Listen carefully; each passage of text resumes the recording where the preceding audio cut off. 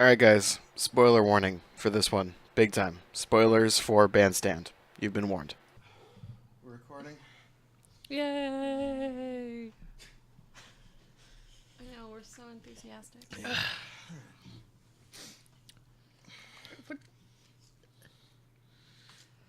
What the fuck? What? They're mealworms. Worms for meals. Sea salt and pepper mealworms? Yeah. You don't have to eat them to prove a point. Now I'm hungry.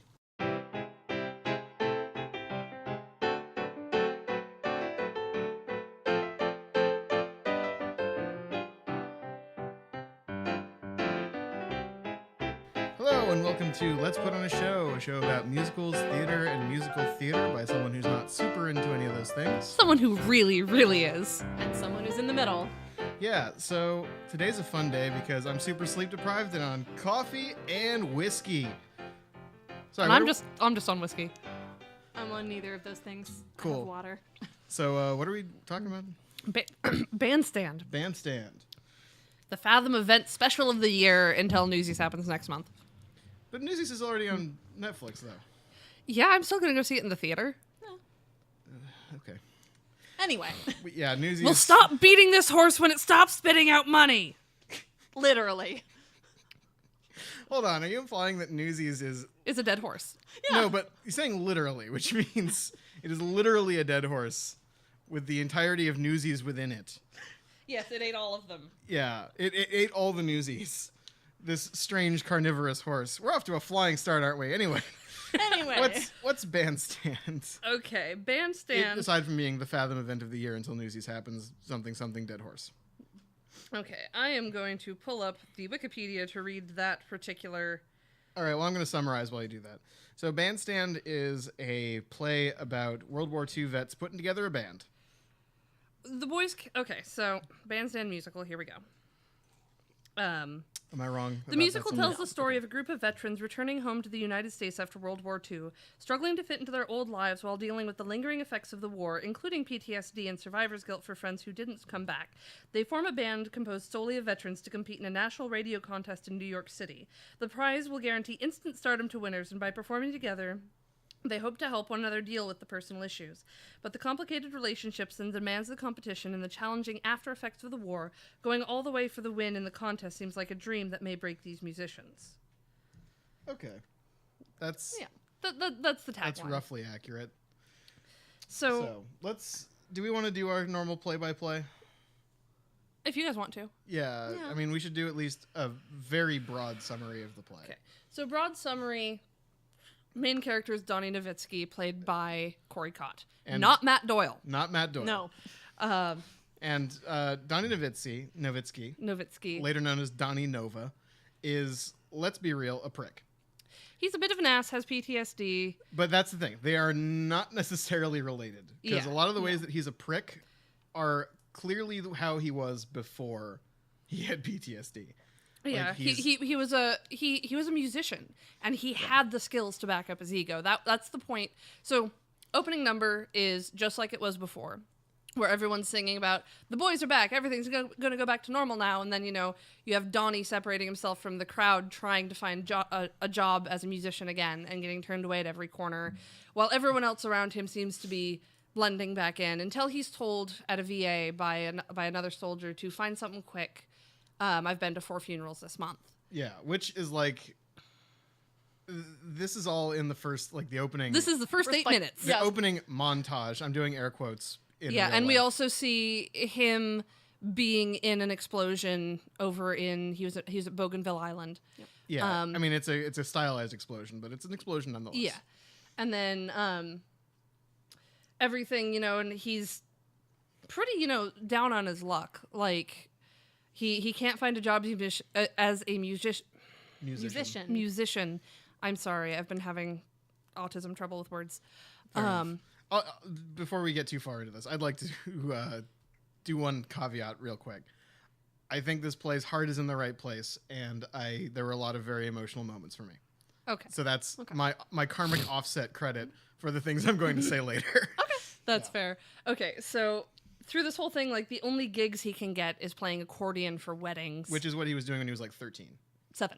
7. Yeah. Donnie Nowitzki, accordion genius, played weddings at 7 years old. Right, and then he moves on to the keys. And then he moves on to the keys like a fish take to water at 14, fat swallow down cold. So you haven't seen it a couple times or anything, have you? I've seen it twice, and I saw it Monday and I saw it Thursday. Both nights it was showing And it in the is Friday. theater. And we're currently Friday, June 29th. Yeah. That's it. Sorry. Yeah, that's okay. Anyway, and after I walked out on Monday night, I just could not get the music out of my head. It's good music, It's very good music. They managed to make original swing music, which is nice. which is nice. And like having been a swing dancer and like listening to modern swing composers, like it's hard to have an original sound in swing. Not that any of the music, anyway, side point. It sounds original, and like they managed to cover all of the genres within swing. Yeah, you got your blues swing, your And swingy swing. and also all of these actors play their own instruments on stage. That part was really impressive. yeah. And also, it was very nice of them to cast me as the bassist. If you look at a picture of Brandon J. Ellis. And look at the picture of me on the Hunchback review, you will find that we are the same person. Minus the upright bass. You don't own an upright bass. I don't own an upright bass. I have several bass guitars.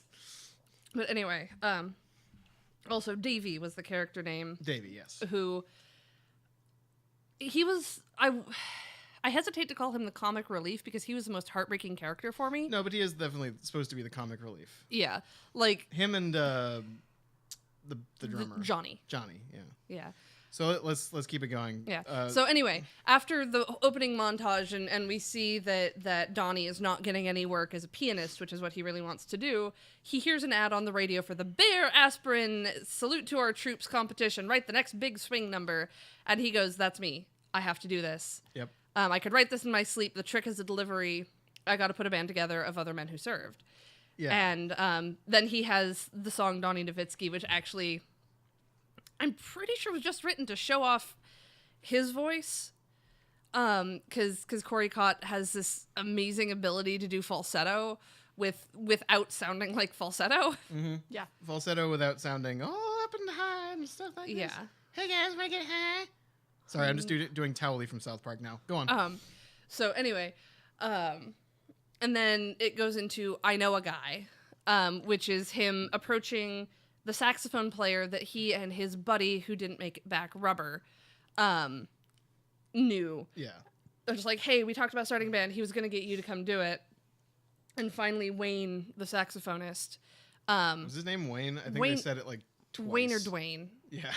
I've totally forgotten. Like I learned most of the names because of the finale song, but that's getting ahead of we'll ourselves. get That there. later. And so, after I Know a Guy, we see the first band rehearsal, and then we find out that By the way, I Know a Guy is literally a montage of them putting together the band. I know Like, a guy. Yeah, it I starts know a with guy. starts with like the saxophone player knows the bassist, who knows The drummer. who knows the trombonist, yeah. and then there's a trumpet guy that shows up. Or no, the saxophonist knows the trumpet, knows the bassist, knows the drummer. Right. Yeah. And yeah, that's like a montage song that Yeah. has them all joining up after seeing their awful circumstances of mostly just being gigging musicians and one guy being a trumpet teacher. Yeah. But anyway, we find out in a rehearsal that Donnie is supposed to look in on Rubber's wife. Yeah, and he hasn't been able. And to he work hasn't up been the able courage. to do it because the circumstances of Rubber, whose real name was Michael. Michael Trojan, hence the nickname Rubber. Yeah. And so finally, after this scene, he goes up and knocks on Julia's door. Julia, played by Laura Osnes, who is radiant. And Yes. I love her. She has that sort of like 40s good looks. Not to say that like there are different eras of good looks. It's rare to see someone who looks like her. As Andy Blankenbuehler put it, she has a timelessness about her. Yes. Yeah. Like she's been a Rodgers and Hammerstein princess. She was Bonnie and Clyde. She's done a lot. And so they meet, and he's just like, I have pictures with Michael. I didn't think to bring him, and she invites him for dinner in a few days. Yeah. Hence beginning like probably the scuzziest subplot of Yeah. the play, wherein they start to have a burgeoning romance. And they're both just like, shit, we have guilt and PTSD. Yeah. And I'm like, man, I hope they're not going where I think they're going with this, but they probably are. Yeah. So anyway, and then he, just arbitrarily asks Julie if she sings, and she says, "Oh yeah, but only in church now. I used to sing swing." Yeah, with rubber, I assume. Was the implication, I think. Yeah. And he invites her to the band's first gig. Yeah. And then puts her on the spot. Like a prick. Like a dick. Like the absolute asshole that he is. Like, that's my problem with him as a character, is that he's impulsive. He's the central character. He is, by any definition, the protagonist. Mm-hmm. He's probably the least interesting member of the band. And also, he basically puts the band together by bullying and cajoling them. I didn't get that. I mean, especially the saxophonist, where the saxophonist is like, my class load's too heavy, I can't do it. My class load's too heavy, I have a gig right now, I can't do it. And then he's like, hey, remember your dead friend? I'm going to guilt you into doing this for me because of knowing your dead friend. Yeah. And he like doesn't take no for an answer. Yeah. At all. Ever in the play. Yeah. And that's kind of one of the charms of him. Like, I guess, if you're into that. I didn't find him, like, I found him a bit impulsive, but I didn't find him dickish or... Oh, I found him powerfully abrasive. Like an Ajax cleaner. Just all over my inner thigh. Let's move on. Okay, so after he puts Julie on the spot in the club and they sing a very cute, flirty duet. Yeah, sorry, the bassist is my favorite, not just because he is me, but because he is. Oh, there's a point where she messes up. She forgets the bridge. She forgets the bridge, and everyone's like, "Oh, she forgot the bridge." And he and Donnie says, "No, the tempo's all wrong. Davey, kick it up." And Davey just goes, "Thank God," and starts going to town on shredding the bass, and he's really good. And they finish the song. Yeah, they finish the song. And then he introduces her to the rest of the band. The subject of her dead husband comes up. She leaves. They're just like, "Wow, she has a husband, and you're trying to move in on that." And he's just like, "Yeah, he's dead. He was my best friend," and walks out of the room too. Yeah. As if to say, "No, it's cool, guys. He's dead." Yeah, it's fine. It's fine. He's dead. And spoiler alert, I kind of killed him. Yeah, that comes up in the second act. Yeah. Spoiler alert for Bandstand. You should know this by the now, I think. Yeah. Like, if you're listening to this, you've probably seen Bandstand. I'll throw an additional spoiler tag at the front. Yeah. So anyway, he then stands outside of her work waiting for her, and she says, "Parents warn their kids about people like you." Yeah. And that was when I was seriously like, yes, they do. And but he says, "Come do one rehearsal with us. If it doesn't work out, you'll never see me again." Mm-hmm. And he would have kept his word. What but gives it works you that out. idea? He may be many things, but he's not. But he wouldn't force himself on her. He wouldn't force himself on her, but he might still be an asshole about it.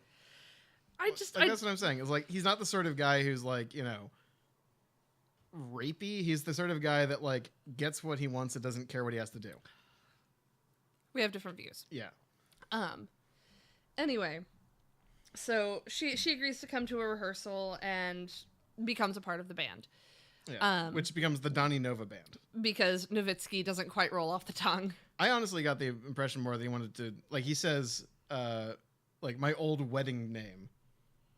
Well, so it's he doesn't want to be. He doesn't want to be Polish anymore. Yeah. He's Polish Italian, which is a point that comes up several times. Yeah. But when he played weddings when he was 7 years old, he was Donnie Nowitzki, the accordion genius. And now that he's a swing band leader, he feels Donnie Nova is a more suave, debonair name. Yeah. Which is fair. He wants to make the ladies like him. Yep. Yes. Bobby Soxer swoon at my charms while I'm backed up by my brothers in arms. Yeah. I gotta say, though, I did love that he says to the saxophonist, "We need to find vets, but they need to be young, good-looking guys like us." And then the rest of the band is middle-aged guys. Yeah, the bassist, speaking as the bassist, is a shaved bear. And, the drummer is, a cute guy, but also has a clearly has a traumatic brain injury. Well, his Jeep flipped 3 times. 3 times. And 3 surgeries on his back. Yeah. And he's and that was also one of the moments where he's talking to Julia, and he says, "I'm one of the lucky ones," and she says, "You sure are. You made it back." He says, "No, I'm lucky. I don't remember." Yeah, but that's kind of that plays into. I'll talk about that later. Yeah, and so all of these guys have trauma from the war, which is and very well represented too. It's not. It is sugar-coated to a degree, but it's not super sugar-coated. It's not super sugar-coated. It's not like, oh, her love has cured me sugar-coated. No. It's, I'm having a mental breakdown on stage and her presence is kind of soothing to me. Yeah. Yeah. And we'll talk more about that in a sec. So, most of the guys, Johnny and Donnie's traumas. Yeah, and Davey. Davey liberated Dachau. Yeah, Davey liberated Dachau. Which is, especially because it might have been that I was reading too much into his portrayal, but he read as kind of ambiguously Jewish to me. I got that, after you mentioned that. Or, there's a few times when he, the tone of his voice or, just something that he says is very, he's supposed to be Jewish. And he was so the main cast is a mix of musicians who learned to act and actors who learned an instrument. Who learned the music. Yeah, learned the music. Corey Cott talked about having to relearn to play the piano for the part. Yeah. And it was the trumpet player they taught to act and the bassist they taught to act. Yeah, and the trombonist they taught to play trombone. Which that's interesting. Yeah. So and Laura, she already knew how to sing. She's amazing. Yeah. But anyway, so they enter the contest, or they play a few gigs to practice, and then they enter the contest, and then it turns out that Donnie Nova didn't read the fucking fine print. Well, no. It wasn't that he didn't read the fine print; it's that they sprung the fine print. Kind of, yeah. Because so the saxophonist Dwayne is getting a law degree. Yeah. And he would have noticed that. And it's not until they're handed the release forms at the regional. They're from Cleveland, Ohio, by the way. Yep, and they just won't shut up about it. Yeah. It comes up in a song later. Which that song works. So basically, after they win the regional, they're just they find out they have to pay their own way to New York, and they have to. And it's there's a preliminary. And there's a preliminary before the nationwide broadcast. Because it's only 2 hours. It's a 2-hour broadcast. And so they're understandably upset about it. But Donnie goes, "No, we're going to do this. We'll take any gig we can get.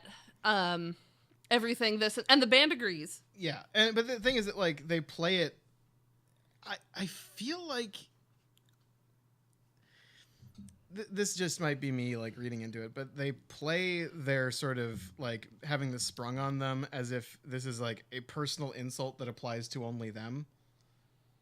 I mean, yeah, I see that. And then they kind of start to do the macho douchebag well, I served, don't I deserve extra? And it's that's all fine, I guess, but it really comes off in that moment as them going why aren't we getting special treatment? Well, I think it was more if you're going to have this contest, why aren't you going to bring the people to you? Why are you making us go to you? That's true. And and honestly, it makes me wonder whether Bayer had any knowledge of this, because Bayer Aspirin's still around. Yeah. And they very specifically name drop Bayer Aspirin and the National Broadcasting Corporation as being douchebag exploitative of the troops entities. Yeah. Well, and honestly, someone in Bayer Legal had to have read the script. Probably, yeah. Well, they don't ever use any iconography. Yeah. From Bayer. They don't. Or NBC. They bring up Bayer Aspirin, but they don't ever say. There's the one ad in the newspaper, but we never see it. Right. So as long as they don't use any livery, I'm sure that it was. Fine, it's fair use. Yeah, I was gonna say, and also someone. Also, maybe they were hey, you don't bring this up, and we won't bring up your part in the Holocaust. So moving on. Okay, I was just okay. So anyway, sorry.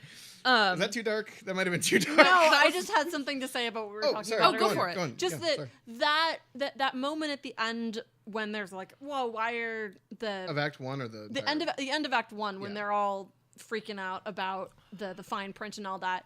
To me, part of that reads as from my knowledge of actual American history and the way that propaganda around World War II and just the attitudes of America about soldiers during the war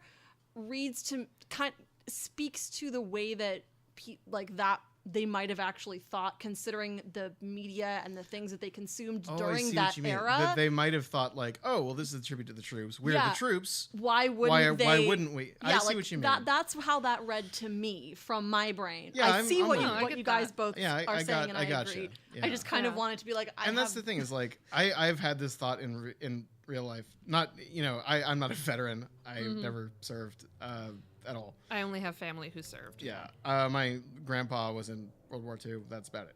My grandpa was in Vietnam. Neat. But yeah, he has all sorts of cancer because of that. Woo, or Agent Orange. Anyway, it's not about Vietnam or anything. But the idea of like, this is how this should logically work. Why isn't it how it logically works? And someone's like, well, we wrote down all these rules about why it doesn't work the way it logically works. And it's like, well, why did you write down all those rules? It's like, because we didn't want it to work that way. Yeah. And that's fair. That's a thing to get frustrated about. And maybe it's probably me with my jaundiced modern eyes going like, there's always fine print. Read the fine print always. Yeah. That makes me think like that's an unreasonable reaction. That's probably my own bias. So fair enough. That's a good point, actually. And they have like one of the moments that's really like affecting, which is them kind of, they sing this song about how they're not going to give up and they're going to become gigging musicians, even though it's the worst, dirtiest, filthiest profession. Sorry. Not really. Not really, no. They're basically that they're going to take every gig, no matter how little it pays. Party rooms or VA halls or whatever. Yeah, everything. And basically then there's one moment where in the song, they say like, because when the music's playing, the noise in my head goes away. Yep. And that's when like, okay, cool. That's a very good emotional moment. Yeah. And then basically they commit to this, and then end of Act 1. So I'm going to go get Sam, who's outside. All right. Back in a sec. And then I went and got Sam. If you have a fully articulated thought, just come say it into my microphone. Why is the monitor over here? Because TV. You can see. Yeah, but I can hear. So 5 years ago today, you taught me how to drive. God, really? Was Yeah. that long? Yeah, it was that long ago. Damn. Anyway, so I had a thing. Go ahead. Did you say it during the? No. Okay, No. cool. I said I wanted to say it. All right, go ahead. So there's really good imagery in this show. Andy Blankenbuehler Yes. is both directed and choreographed. Are you thinking of the scene with the men holding their shoulders? That's among them. That's my favorite. That's reminiscent of one of the most famous photos from World War II. But no, my thing is in the beginning, right after he puts a band together, like everyone comes on stage getting ready for the gig, just in their own little lights.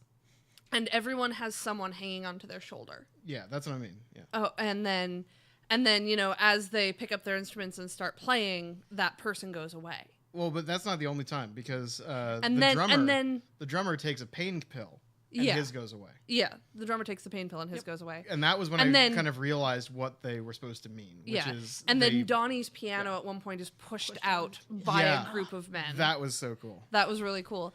And then the same scene happens in the second act without the men. Yeah. Yep. You're right. God, I didn't even catch that. That was good. I somehow blanked out on that. Yeah, and it was just to me it signified, the healing power of everything that they'd been doing. That was just something, if you see this, it's probably going to happen on Netflix or something. I reckon it's going to hit Netflix at some point. Because Newsies did. And it's too well produced to just show it in theaters twice and call it a day. Yeah. It might wind up on DVD. And if it is, I would say it's worth picking up. Yeah. It'll end up in the world somehow. Yeah, it's going to find its way out into the world. So anyway, that was just that's a good observation. So that really struck me. Yeah. And then there was another line in Act 1 where Julia's talking to Davy, the bassist. Mm-hmm. And she says, "Have you ever thought about giving up the bottle just flippantly?" Yeah. And he's like, at first has a very, flippant reaction back, and is just like, I don't suffer from alcoholism. I enjoy every minute of it. Which is the classic. Like, all of his jokes are sort of bad and old, and that's what makes them funny. Yeah. Yeah. Like he But does then- a lot of the old, like, "Yar, it's driving me nuts." That's his first joke on stage, and I was Yeah. like, "Oh man, my favorite joke! Yay!" And so, but after that, she says, "No, but seriously," he says, "Seriously, I know there's not enough whiskey in the world to erase the memories of what happened, but don't I owe it to myself to try?" Yeah. Yes. And I started, like, I don't often have visceral emotional reactions to things. And I reacted to that. That's a very good scene. Okay, do we want to talk about Act 2? Yes, let's do Act let's two. start on Act 2. Yeah, so Act 2 begins with them after their like hugely emotional, like, you know, we're gonna do everything we can song. Act 2 starts with a like, "Aw man, we the shit. Yeah. We got brass balls to drag the ground when we walk." Even the lady. Yep. Especially the lady. Well, no, and that's the thing that keeps coming up is, like, when he introduced Julia to the band, they're just like, you know, but we're all veterans, and I'd never heard the term Gold Star wife. Seriously? I had, yeah. You've never heard that? No. Did you ever watch any movie about World War II? Not that use the term Gold Star wife. Huh. Did you ever watch Or at least to a point that I registered it. Gotcha. Okay. Yeah. That's a thing. It's a known thing. Even now, I mean, fucking during the last election, there's Yeah. that Gold Star family. I tried not to pay attention to the last election. That's fair. That's a fair point. But anyway, The time is 2018. and so people, like, it's questioned several times, what's a woman doing in the band? And then it's immediately said, oh, she's a Gold Star wife. And everyone's like, oh, cool, she's there. It's like, oh yeah, sweet. Which is great. Like that's That is, like, all of the... almost Even progressive. the time. current Yeah. Gold Star women, like, they've given more than I can comprehend. Yeah. Yeah. It's a thing. And Gold Star husbands probably. Yeah. Oh, yeah. And Gold there's Star wives of wives and Gold Star husbands of husbands. Gold Star spouses. Gold Yes. Star people. Yes. Gold Star, everyone. Gold Star spouses. Yeah. Anyway. But Anyway. I finished equivocating over that. So they sing their, you know, balls drag walk song, and then they just kind of gig around for most of the act, and that's when Donnie and Well, one of the club owners that they play at overhears that they don't have the money to make it to New because York. they're basically maintaining for whatever reason that NBC is Pride. Yeah. Yeah, I know that it's, but like their pride seems to be based on the fact that NBC is putting them up and sending them out, which is an odd thing to be. Yeah. prideful But anyway, about. so they're But that's maintaining the this facade, but Oliver, one of the club owners, overhears them talking about, we don't have enough money for this. And so he calls up all the other club owners, and they get together and charge a little extra cover, and I have no idea. Sorry, so I noticed something sticky on my table. Go ahead. And they buy them the 7 first-class train tickets and the 4 rooms at the fancy hotel. Yeah, and weirdly enough, my brain kind of did the math on like who's gonna be bunkmates. I don't know why. Yeah. Well, they figured out it's Davy and Donnie, and then sorry, I keep doing the thing. It's Davy and Donnie and Johnny and Dwayne, and Trumpet Guy gets his own room. I like that he's just trumpet guy. I think it's Nick. Nick, yeah. Yeah, Nick. And then of course Julia has her own room. He's not a very well developed character, if I'm being honest. Yeah. Like Yeah. of all the veterans, He's- he's the okay, one where so- you don't know what his deal is. Yeah. They all present PTSD in different ways. Like Yeah, and Donnie his is ju- being kind of a prick. Yeah, Donnie has insomnia and an insatiable drive, and Wayne just has a dedication to law now. Wayne is the brainy kid from Newsies. That's his version of PTSD. Yeah. Well, Lane and I had this conversation when we saw it. Like afterwards, I'm just like, fudge a few years. That's Jack and Davy. Sorry, go on. I said, Yeah. fudge a Yeah. few years. That's Jack and Davy. Yeah. Like they went to war and came back. Yeah, and that's very true. That's actually pretty spot on. Yeah. Because I can totally imagine Jack Kelly growing into being Donnie Nowitzki. Yeah. And I could totally imagine Davy becoming Dwayne. Yeah. Like, and that's also one of the And things they have is like hysterical amnesia, so they don't remember each other. half of this chorus came from Hamilton and half of this chorus were Newsies. Yeah. So, like, make of that what you will. Yeah. But so- anyway, so they basically they gig around a lot and they gain money. And over the course of this, it comes out that Donnie accidentally killed Rubber with a grenade. Yeah. Because it was raining. It was raining, he pulled the pin and it dropped. Yeah, he pulled the pin, it dropped. He knew the spoon was out, and he went, run. And he thought that Rubber was behind him, and he ran, and Rubber wasn't behind him. And then he spent the rest of the night trying to keep the rain from washing away what was left of Rubber in, like, a fucking dark sequence that is super affecting and made me go, weren't we just, like, doing a fun putting a band together musical? Yeah. And this is like him and Julia standing at a streetcar station. Yeah. When she finally tells the truth about her dad.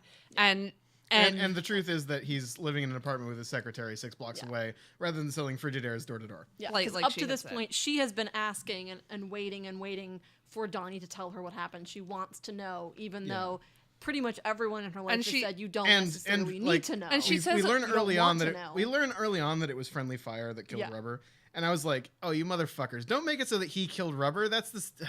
Yeah. But anyway, after she gives that, like... Choice. Sorry. She goes, I need to know, was his uniform pressed? How were his hands folded? Was her hair combed? And he, like, at that point... During the funeral.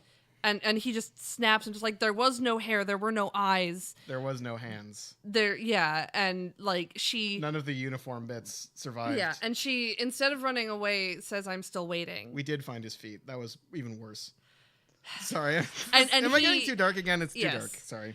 And so he goes and tells her exactly what happened, and then she runs away from him. And like you do, but that results in a really awkward gig where he has to sing everything, including a song that is clearly written for a woman in this time period. Yeah. And the band is like, "What? Are we gonna have problems every time they have a spat?" And I'm like, "Yeah." But then same with every band. Her mom, who is like the real MVP of the play. Yeah, her mom. Her mom is great. Sorry, I have a cold too. I should have mentioned that. But her mom is a real MVP and tells her like things don't happen for a reason. Yeah, they happen. Takes a sharp turn towards like the sort of nihilism that I really dig. Yeah, they happen. Any significance you assign. Right. And if you give up that agency, like saying, "Oh, everything happens for a reason," then you're giving away part of your free will to change things. And I was like, yeah, Mom, you got it, go, man. Mom. Go, Mom, go. Yeah. Give her that pep talk. And she has like this is her only song, right? Yeah, she has lines in other songs. Oh yeah, and her also just the best line, the funniest line of the play, which is, she's got lady parts. You can find out the context for yourself if you. Yeah, and then like just silence, a solid 20 seconds of like just everyone looking between each other, just like like, that too. Clearly, both other actors trying not to corpse, just trying their very hardest not to corpse, and like the entire audience laughing. Beth Leavel as June Adams. Yeah, she was great. Anyway, so they get to the big city, bright lights, surprise, more fine print. Yeah. After like a super Singing in the Rain style number. Yeah. Where it's like, oh man, New York, look at all the prostitutes we have. They literally do reference prostitutes. Yeah. And this is an odd thing. I'm going to talk about the tone problems later. I'm doing air quotes around the microphone right now. But the tone problem that got me the worst is that like, most of the play is kind of squeaky clean when it comes to language and sex and drugs. And then randomly out of nowhere, like... Oh, I saw... I gave the fuck up. No, I saw... I said, fuck it. Yeah, and then, like, a few times, Davey the bassist, proving once again that he is me, just drops the F-bomb. He's the only one who drops the F-bomb in the show. Yeah, he's the only one. He's the only one. And like, at one point, Donnie says ass. Yeah, but it's, like, jarring. To a degree that I'm not sure they were anticipating. Well, no, it needed to be. Like, that's the thing we'll talk about after we're done with the plot. Yeah. So, and fine people print, didn't swear as much back then. Fine print, they get to the preliminary, they're just like, oh, you're all vets? You're in, you're going to be the finale. Yeah. And then they sign the releases. Turns out they signed the rights away to their song. Yeah. Impassioned, not love ballad outside the hotel room. between Donnie and Julia, where there's like, if we were in an MGM movie, we'd walk through that door, and no, we're not gonna kiss. And they don't. And then they have a nice hug. They have a nice hug. They have a nice hug. And then after a handshake. And then cut to the next day where they're all backstage getting ready for the broadcast. Yeah. And Dwayne runs in going, "You didn't read the fine print. Why didn't you show this to me? We signed the rights away to our song." Where it was like, yeah, Donnie, why didn't you show that to him? He's a lawyer, kind of. He's a lawyer. He's learning the lawyer thing. Yeah. So, anyway, they realize that if they do the song that they've been doing this whole time, which is Love Will Come and Find Me Again, they're only obligated as walk-ons for the movie that this is going to be in. And they're going to have Frank Sinatra sing the song instead. Yeah. And and Donnie has a This show has a weird hate-on for Frank Sinatra. Where I'm like, what's wrong with Full Blue Eyes? I like that guy. I understand, like, as a musician, where Donnie's coming from. Yeah. But, fair enough, yeah. But anyway, they say, we've gotten this far. We can't let them win now. We're fighting for ourselves now. Yeah, so they play these super dark, super moving... Called Welcome Home that Julia wrote for them. Which was just a poem that she'd written, and then Donnie put it to music. Like, he had a couple of her other poems. Yeah. Early in Act 1, she gives him a journal, and he starts writing songs out of all this stuff. But they rewrote it to be a generic love ballad. But this is the original words, which is the song I could not get out of my head. Yeah. It's a fucking It's a variation on Taps. Yeah. But it's also like about all their coping mechanisms and how the war fucking damaged them irreparably. And then after that, like, it goes to, and the winner is Blackout, cut to a year later. And they're walking out of the movie that the winning group from Illinois made. And it was like, man, that was awful. Yeah. I'm glad we didn't win that. And then a Bobby Soxer comes out just like, "You're Donnie Nova, sign this thing." Yeah. And then, like, you know, they have a heartwarming moment where it turns out that the Bobby Soxer's dad is a vet and says, "Hey, you know, she is a mom," because at one point she says, "Oh, we're gonna be at your gig tomorrow night," and he says, "Oh, parents let their kids go out on the town alone," and she goes, "No, they'll be with me." Yeah, but then, like, you know, it turns out that the dad served, and then he takes the autograph book back and writes something and says, "Shows it to someone at the stage door. They'll let you and your family backstage. I want to meet your dad." Yeah, and that's cool. And it turns out that they've, like, gotten big. Yeah. Over the past... They won America's hearts by what they did. Yeah. Yeah. Because they did the fucking daring shit that no one else dared to do. Devils. Sorry, yeah, it's okay. I'm sleepy. Yeah. What was that? We can hear that, Sam. Yeah, that was an Okay. So anyway, and then they do a bunch of swing stuff. They live happily ever after the end. Yeah, more or less. Yeah. Happily ever after is debatable, but happily-ish, ever after-ish. Yeah. Now, I want to talk about stakes. Yeah. Okay. I am hungry. No, I'm kidding. Stakes. Emotional stakes. I feel like this play didn't have enough of them. Well, because I'm not disagreeing. It shows all of the damage and the coping mechanisms that the people develop to deal with that damage. And then nothing ever comes of any of them.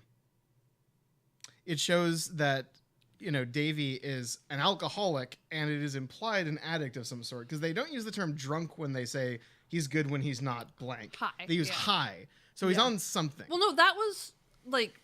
This is coming from a mom. Was it period slang? It was period slang. For drunk? Slang, yeah. Yes. Okay, so he's just a drunkard. Sorry, an alcoholic. that can't... Why do you do this to me, Sam? Why do you make me sound heartless by making me use terms? But anyway, but they show it, and then like he's drunk a few times, and they're like, "Man, what if he's like this when he's on stage? What if he falls off the bandstand?" I was waiting for that to happen. The entire show. It doesn't fucking happen. Yeah, and like they have the whole thing with the trombonist.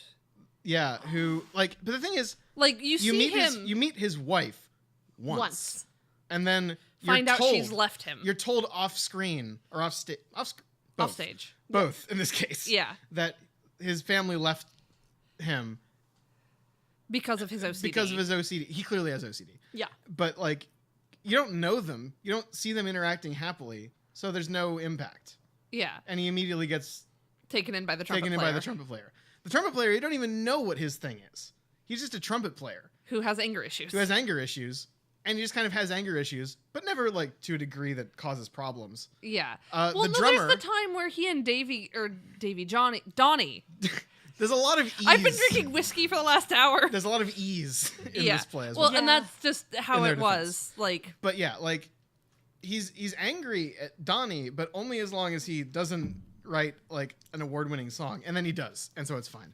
Yeah. The drummer, he has a fucking traumatic brain injury, and it's played for laughs the entire play. Yeah. The entire play. It is never played for anything but comedy, except for like once or twice, where it's like, oh right. He has a traumatic brain injury. He takes pain pills with beer. That's not good. In the 50s, no one knew that. I was like, but nobody knew that then. I mean, but nobody knew that. But it was still like, oh, haha, isn't he funny? He's loopy. Like, the saxophonist, you don't even know what, like, his drive is to learn the law, which is just good. Yeah. If you want to get one feel for the show, go listen to the finale song, Welcome Home. Yes. And note that the rest of the play is not nearly as emotionally investing. Yeah. Because that one song would be like, oh, I really care for all these people suddenly.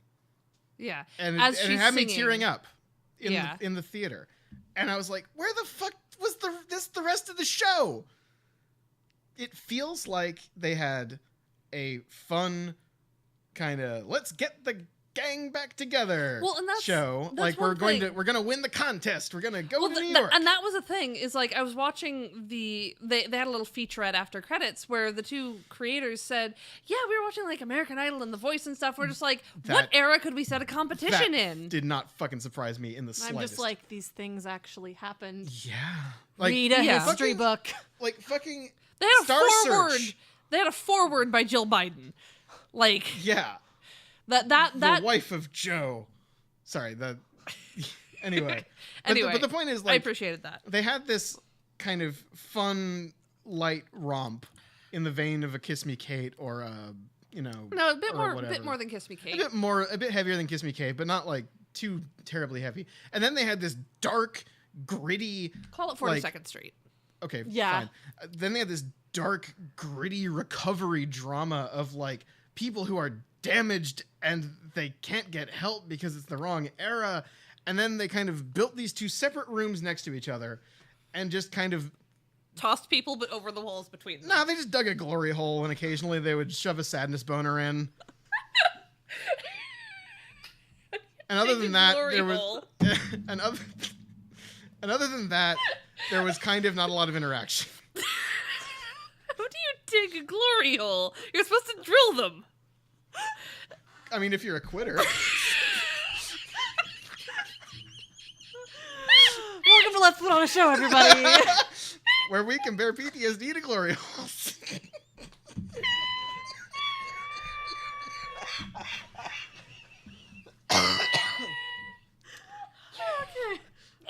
I'd like to apologize to everyone. Literally all people throughout the world, except ISIS. Fuck ISIS. Anyway, my point is that they did not seem well integrated. The two narratives that they had going on. And I feel like part of that is a necessary evil of doing a big budget Broadway show. You can't do the sort of gritty darkness that actually would well portray these people and also do a big glitzy musical. That's without fair. them being horribly dissonant. And as it was, they were still kind of dissonant. Like, the bit that stuck with me was there's a scene where the trombonist, it was the trombonist, is like disassembling and reassembling disassembling and reassembling first his saxophone, then his gun. His I'm like, fucking is this going sidearm. a place? I was like, is this going to be the fanciest suicide scene I've ever seen? That was my thought too. Yeah. But like, none of it goes anywhere. Like, none of them actually have problems that affect the plot. Not gonna lie, I didn't know it was his saxophone. I thought he just did his gun twice. I might have actually made that part up, but I think it might have been his gun twice. Yeah. You're right. But because like, he was timing himself. Yeah, you're right. He was that's what he was doing. See, that would have been better, is if he like took apart a saxophone and put it back together and then did his gun. Yeah. Like, that would have been better.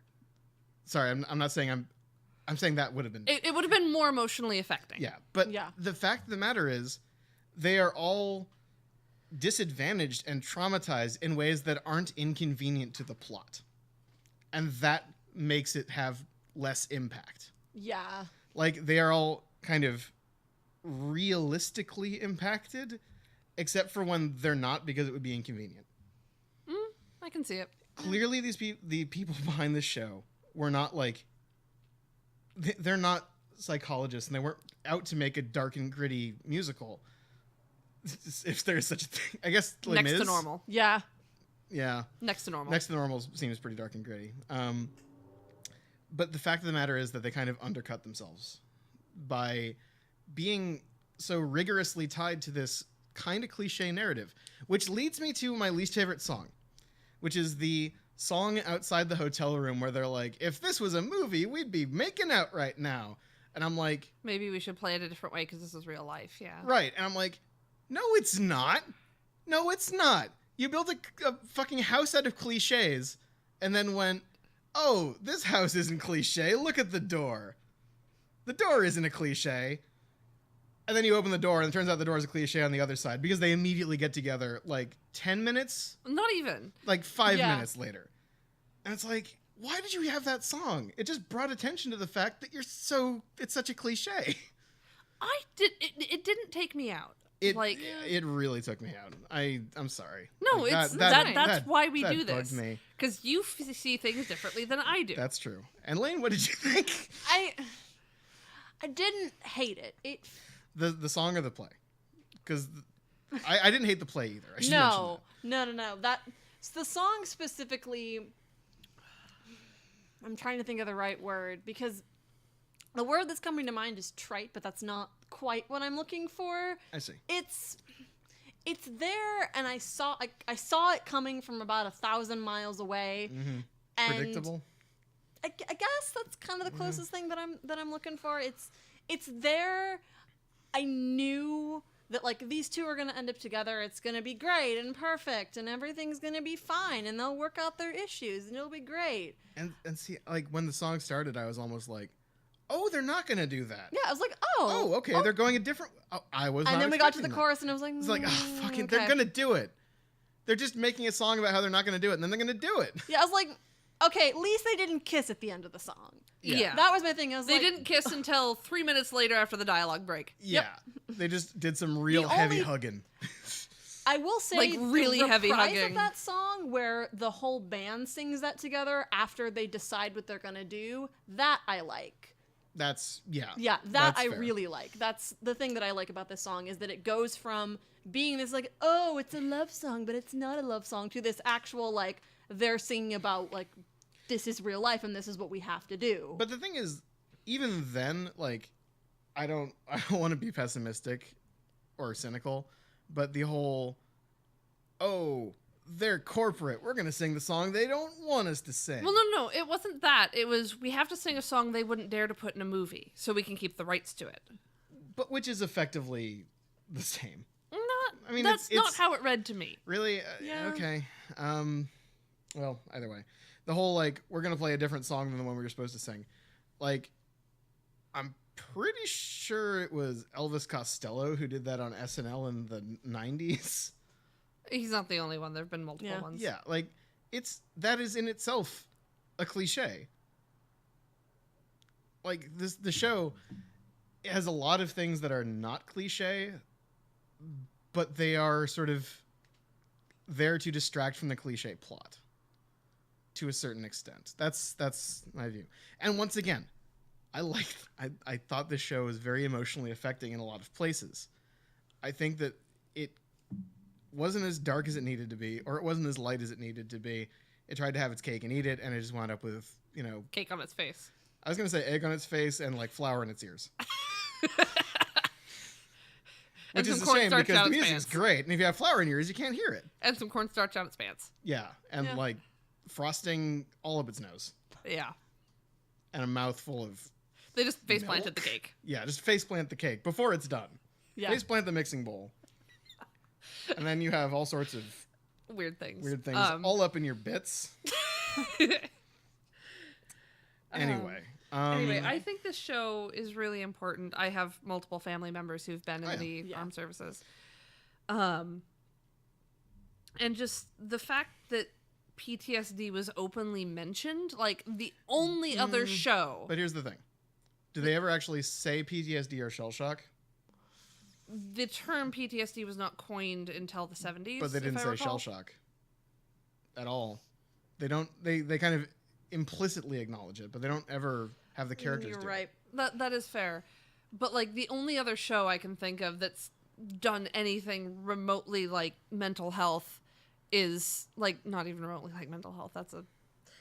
The one who's dealt with mental illness. Like is the most is Next to Normal. Yeah, which I still haven't seen. We should probably do. We should probably do. I think there's a local company doing it soon. Nice. Support your local theater, guys. Yeah. That's where the really interesting stuff happens. Really, especially here in Seattle. Oh yeah, and I'm sure elsewhere as well.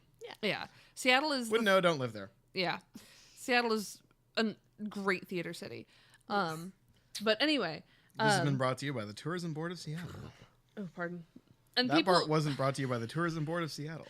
And people will tell you Dear Evan Hansen, but Dear Evan Hansen just kind of deals with depression more than anything, which is still fair. Still a mental illness, but it's not. But it's like Dear Evan Hansen was not built for me, and it's not my favorite show. Yeah. And but anyway, it's a Patrick and Paul, so it's probably not for me either. Anyway, but Next to Normal is the other one that I can think of that's dealt with similar subject matter. Yeah. And there have been plays. There's one play, I don't remember what it's called, but it was about like Desert Storm veterans. I don't know that one. I was going to say Down the Rabbit Hole, which is a really, really dark play that deals with like the psychosis after a woman gets an unwanted abortion. Is it based on Alice in Wonderland at all? I don't know. I've never actually seen it. I just know what it's about. Well, these are all going on the to find perfectly legally list. Yeah. It's a play, not a musical. Not about musicals, theater, and musical theater. Theater is part of our purview. Yeah. Yes. No. I was gonna see it when we did it at Bishop Center, but I was working on Little Shop of Horrors at the time and couldn't get the time off. Name drop. I was a lighting designer.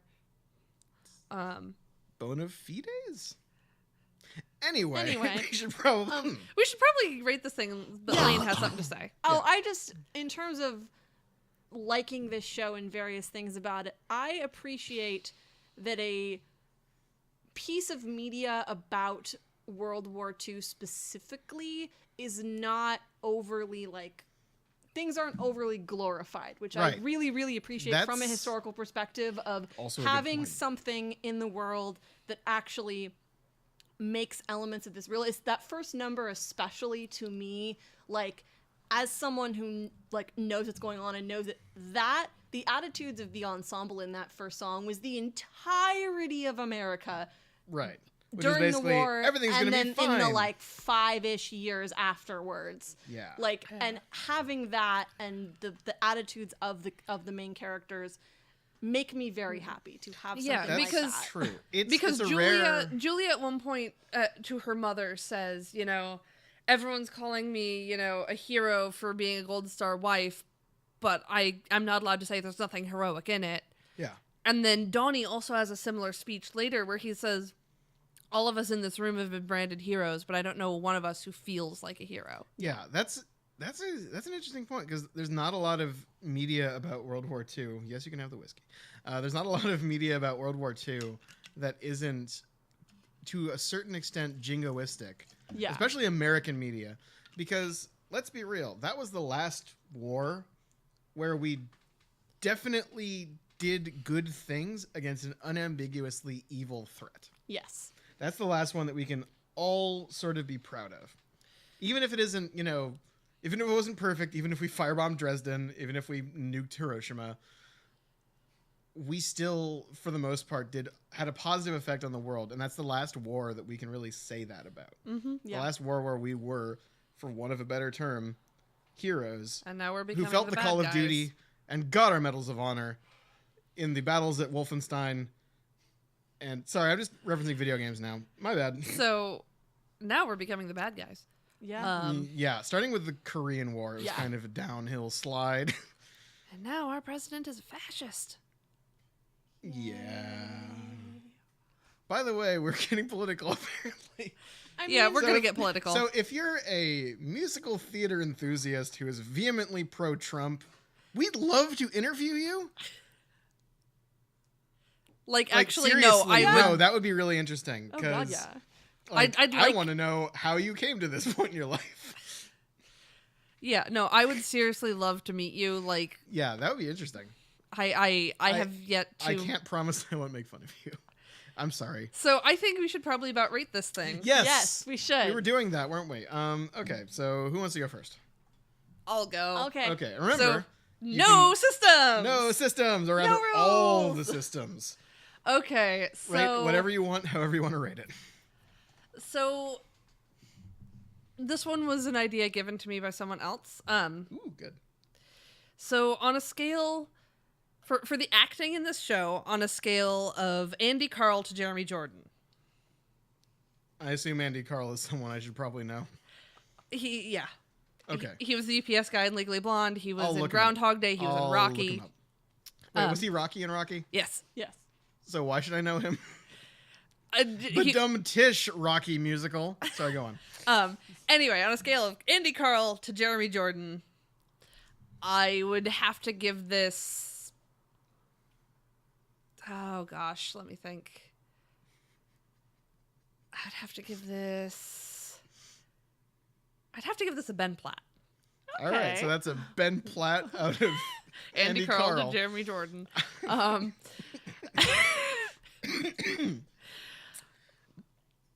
Let's see. That's some acting. Yes, that is. I think the And idea is then- you're supposed to give a rating that gives the idea of what you mean. For people who know musical theater, that is. All right, consider that an in-joke, musical theater people. Andy Karl is a very subtle actor. Jeremy Jordan is not. Okay. I love them both. What about Ben Platt? Ben Platt is about a 7. Ben Platt is an actor. Yeah, Ben Platt is an actor. You might know him as Benji from Pitch Perfect or Dear Evan Hansen. Quick thing. Sam, how long are we? Just over an hour. Okay, cool. Sorry, keep going. So, so stylistically, costume-wise, this plays a 10 out of 10. They did their research. The uniforms are right. Are the swing dancing girls' outfits right? Because they seem kind of risque to me. Might be me not knowing the context. They weren't, because if you were a good time girl, you wore shorts like that. That's a fair point. It wasn't even the shorts. It was like the wraparound kind of. Oh, the tops. wraparound, the lady with the Yeah. No, that was accurate. Oh, okay, cool. Yeah. I have a picture of my grandma wearing a dress like that, and she was not a good time girl. Okay. I was just checking because I legitimately didn't know. Yeah. No, like you could show torso, but not the belly button. Yep. Gotcha. And It's like the so- Hays Code. Yeah, basically. Yeah. So stylistically, music, 9 out of 10. Yeah. There's a couple of phrases I would have done differently, but that's me being weird. And then just this whole show was just incredibly emotional. And I adore things that can get an emotional reaction out of me, because that is a very rare thing. So yeah, that's my ratings. Okay. Cool. You want to go? All right, cool. Okay, where One am sec. I? I can hear water running. I think it's upstairs. Yeah, I know. Yeah. I want to wait until it's done. Okay.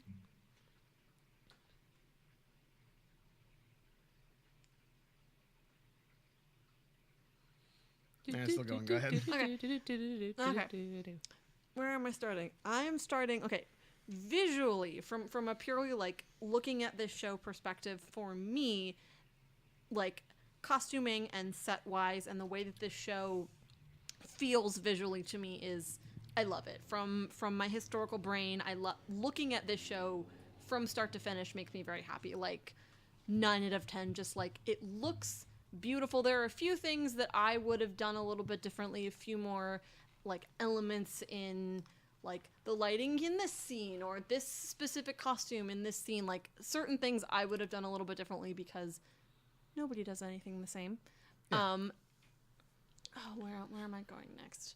Everyone is different. No two people are not on fire. That's a Homestar Runner reference. All you old internet nerds, you. Sorry, go on. Okay, where am I going next? You had visual. Yes, visually. A stunner. Yes. I mean, then my brain, of course, is going to, like, musically, all of this, like, I enjoy it. It's, for the most part, the music in it gets me. There are certain things, obviously, as we've stated, that stick into the core of my person more than others. But, like, in terms of a rating, how do I quantify that?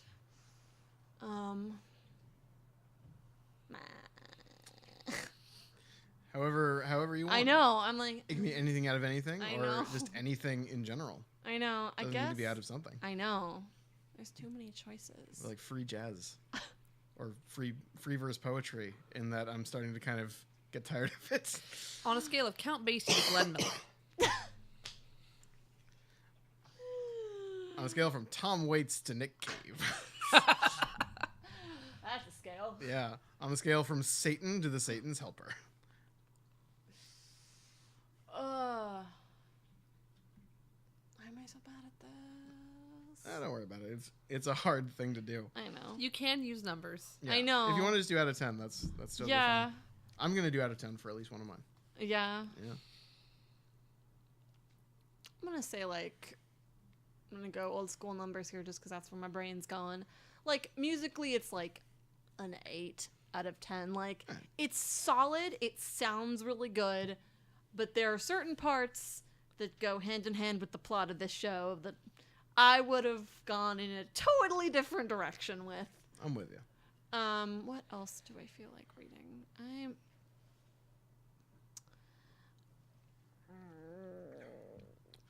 Do I have anything else specific? I mean, I guess because I'm me, I'm just going to once again go from a historical brain and the things that I know. This show is very unique, and I enjoy anything that can properly portray the era that it's supposed to be without going off in a weird creative direction, because lots of media say, okay, we're going to do this thing, and then somebody somewhere says, okay, but what if we did this? And that one thing I say, but you said this thing and you're wrong.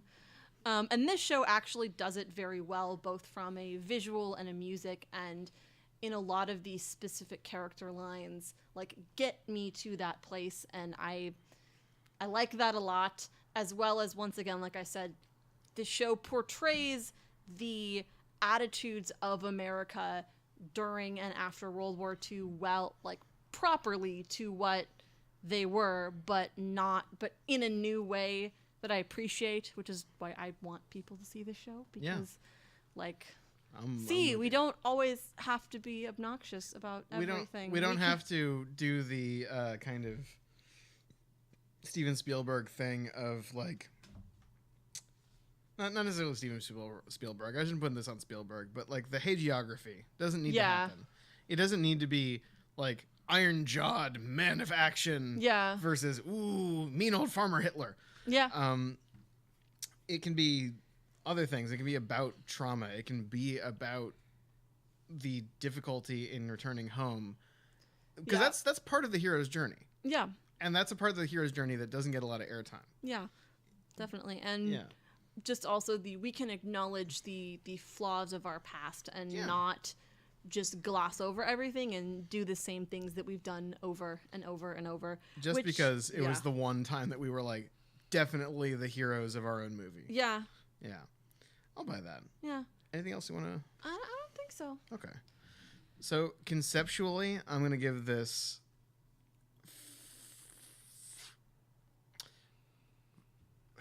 5 out of 10. Hear me out.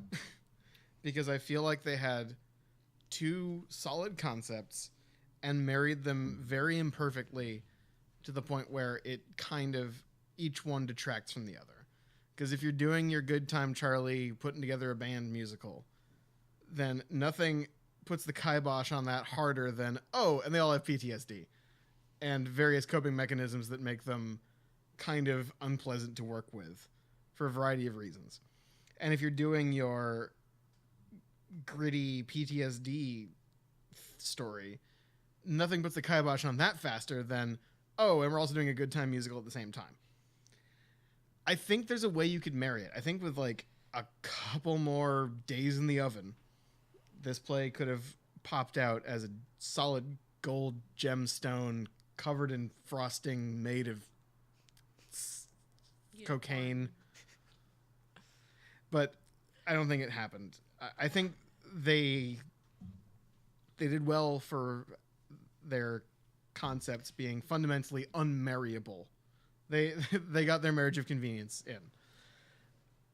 Aesthetically, like basically the entire aesthetic, I think was cool out of fuck yeah. Okay. I'll take that. Yeah, because I like me some old-timey fashion. I like the high-waisted pants with the like little short ties. I like all the various dresses of the era and dress types of the era. Not to wear, to look at. Yeah. I mean, maybe to wear. Anyway. I was going to say, Rob, I have pictures. I know you have pictures. Frankly, the dress is not nearly as bad as the toast pants. Anyway, we're not going to explain that. I was going to say, no. My caveat is that is sadly a true statement. That is a true statement. Anyway, but as far as the aesthetics go, I think it's cool. I think that they do a really cool job. There's a few moments, like the guys like dragging around the men with their hands on their shoulders. That part was so cool and so inspired that I wish they'd done it more than twice. Like that was such an interesting idea. I hope that gets more airtime somewhere else. I had one more. For emotions, I give this play a 3. Not out of anything. Just a 3. Just a 3, because there are 3 moments in the play that took an awl and a hammer to my heart and cracked open the icy black shell that I apparently have. Rob, you cried over a puppy yesterday. You promised to tell no one. And now the entire internet knows. Oh no! All 5 of our listeners. My indie cred! Anyway. Point is, like, I also do not get emotional about media very often, but the ending song made me tear up. The bit where Donnie admits that he accidentally killed Rubber made me like sit very, very still and stare at the screen until it was over. And when they sing their song where it turns out that the music is what stops the noise in their head, that really got to me. And I was like, oh, it kind of explained their motivation for me, because their motivation was a little bit flimsy until then. Because it was like, yeah, we'll join your band. I was like, Donnie, why didn't you just start a band? Mm-hmm. Why are you about this whole quasi-American Idol thing? And then when it's like, oh, they have something to look forward to. They have a hill to climb. They have another mountain to conquer. That resonated with me, because that's kind of how I operate, which is I go until the project is done and then I look for another project. And if it's just a grind forever, I get sad. Mm-hmm. Yeah. Retail. Don't do it. Not even retail. Teaching really fucked me up. Anyway, I guess what I'm saying is, see this play for no other reason than that there's a story to tell. There's a story to tell, and I want more like this. And it won an Tony.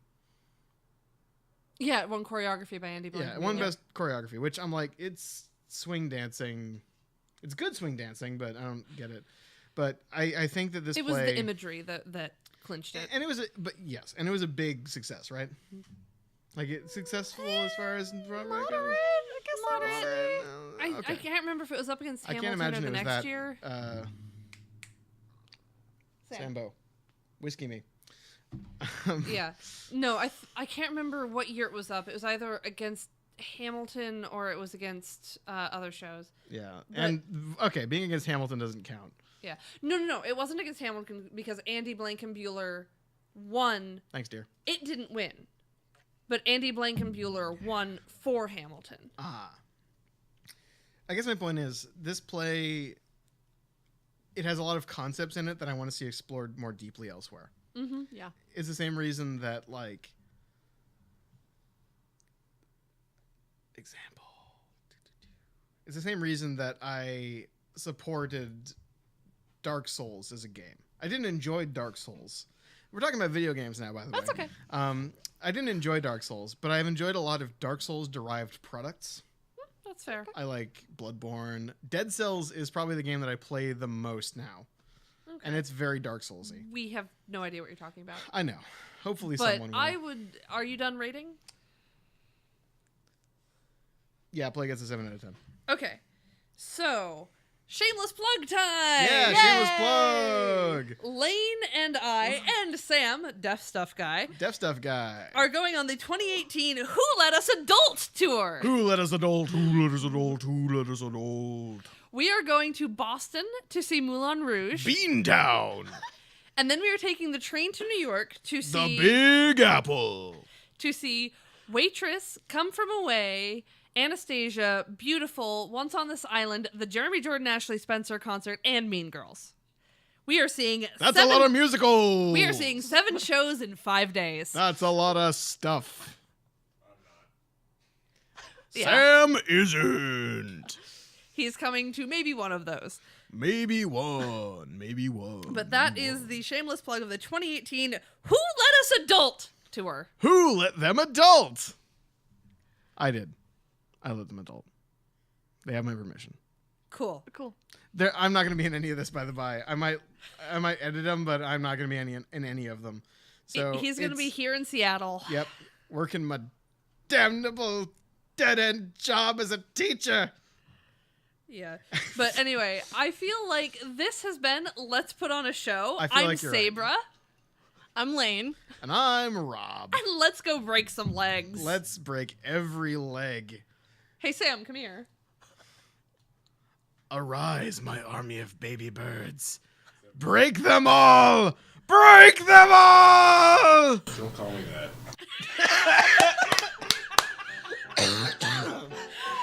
Another priceless tag from Deaf Stuff Guy.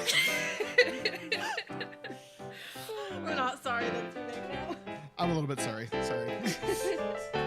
Let's Put on a Show is a production of Blood and Thunder Publications, all rights reserved. Our music is Ragamama by Purple Planet Music. And go see this show if you can. It's a pretty good one. It's a good time. I mean, except for the parts that are heartbreaking, but those are good too. And do be sure to check in for our Who Let Us Adult Tour coming to you soon on this same Bat channel at any Bat time. It's a YouTube channel, so actual podcast hosting is still in the works.